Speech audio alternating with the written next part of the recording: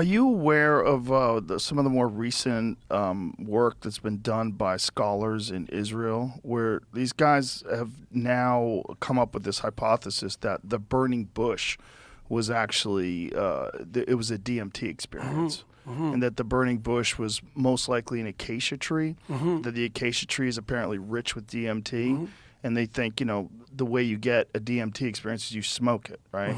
And that they had some method of achieving psychedelic states through this, and this is where Moses is encountering God.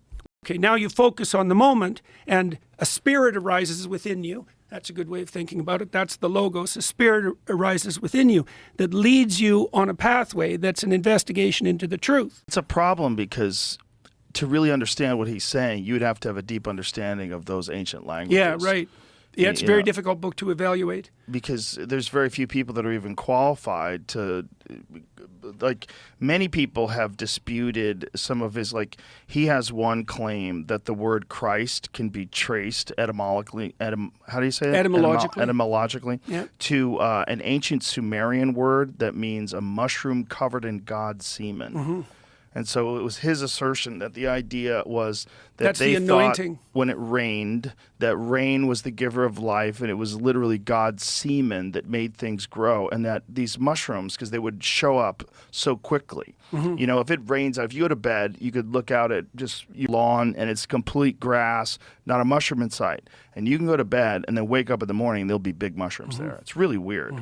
And that these things, when they would eat these psilocybin mushrooms that would appear out of nowhere, they genuinely were referring to them as God, that this was like a gift from God, and that was tracing back to the origin of the word Christ.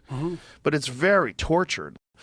And so then when he goes through all of this is a straight-laced scientist, by the way. This is not like some guy looking for psychedelics to be a part of everything. Yes, it's a very serious book. Right. And there's a lot of those people that are doing that. They're looking for psychedelics to be a part of everything, sort of to validate or justify their own use of these things.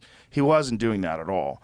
And he wasn't like Wasson, where a guy who went down and experienced the psychedelic experiences in Mexico and then came back and described them for mainstream literature. I think they are probably why we became people. I think they are probably why society advanced. And I think every great ancient culture probably celebrated them and used them. It seems like there's so much evidence out of Egypt of the use of psilocybin, various different drugs, various different psychedelic experiences, the